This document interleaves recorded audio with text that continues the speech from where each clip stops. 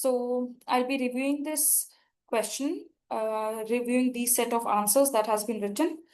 Firstly, I would like to suggest a few changes, like the way you have given example, it's appreciable, but please try to incorporate a map.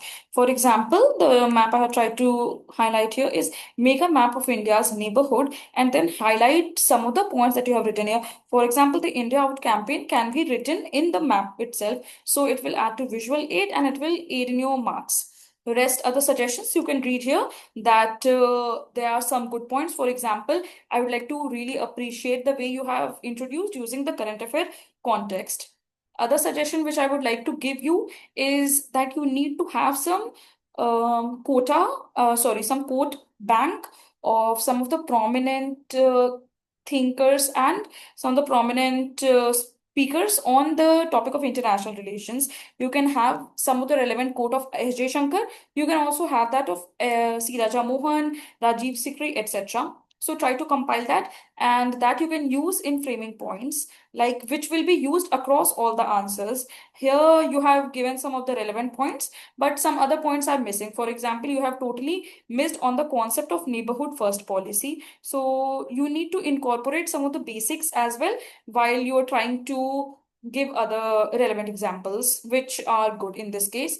And for this particular question, I would like to urge you to use S.J. Shankar's 3U formula of underexploited trade and underexploited trade opportunities, unsettled borders, and there is unintegrated region. So please try to incorporate that framework in all the neighborhood question. The rest is good, and please have a look at the suggestion which has been given on the right side of the page.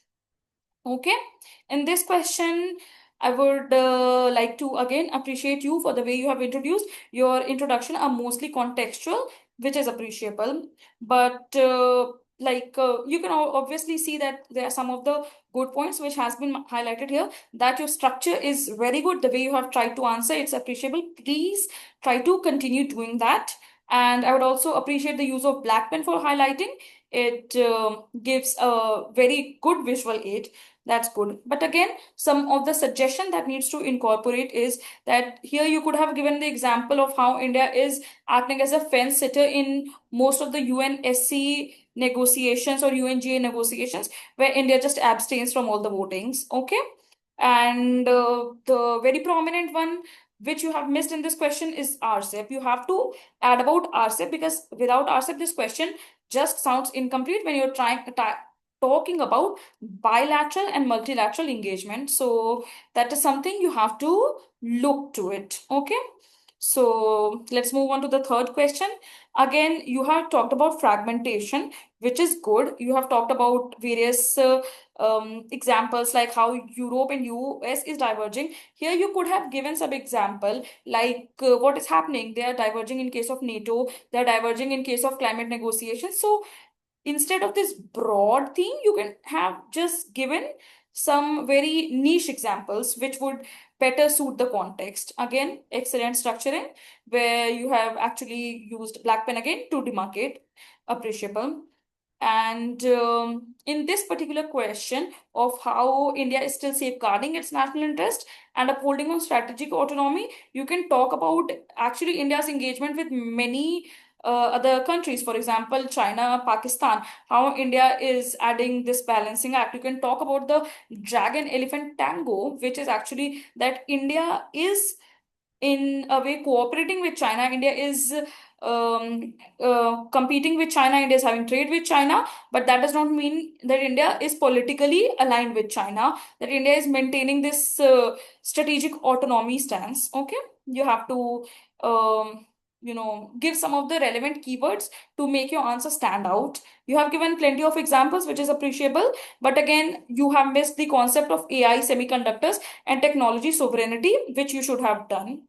And the conclusion in this question could have been better when you are actually talking about how alliances are shifting. You can talk about the new world order. You can talk about what India wants, what China wants, or what the US wants. Here again, the quotes of relevant IR thinkers would be very helpful to aid in introduction and conclusion. Now, in this question, you have actually address the question in various parts, which is appreciable.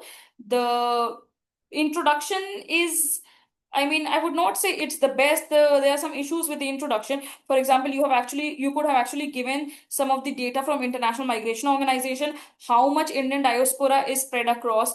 And one more suggestion which I would like to make, because it is a 15 marker, and you can see that you have not been able to finish one page. Here in the first page itself, you could have made a world map, and you could have actually marked that, okay, in US there are 4.5 billion Indian diaspora, or in Africa there are so many, in Australia there are so many, in UK there are so many, in some of the prominent places in Middle East Gulf there are like around 8 million Indian diaspora. You could have done that, so your page would not be empty, and it would have definitely fetched you more marks.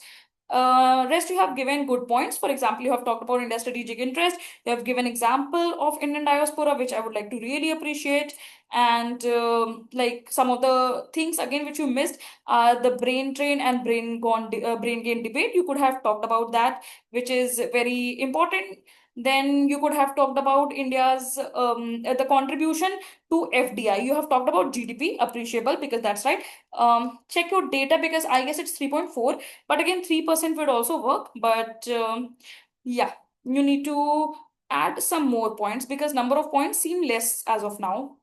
Also, you can talk about the challenges as you have written this heterogeneous group. You have talked about the debate, very appreciable. I would credit you for that. And adding about No India program in the conclusion part, it's appreciable. So let's move on to the last question. Here you have talked about, as the question is about the global institutions, how it is no longer reflecting the realities of 21st century. Very good.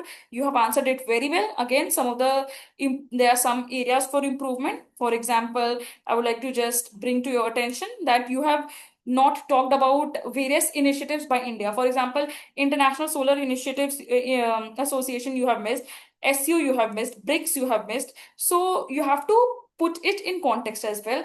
Rest your answer is good. You have actually given relevant points to the answer. You have talked about challenges to the global institution.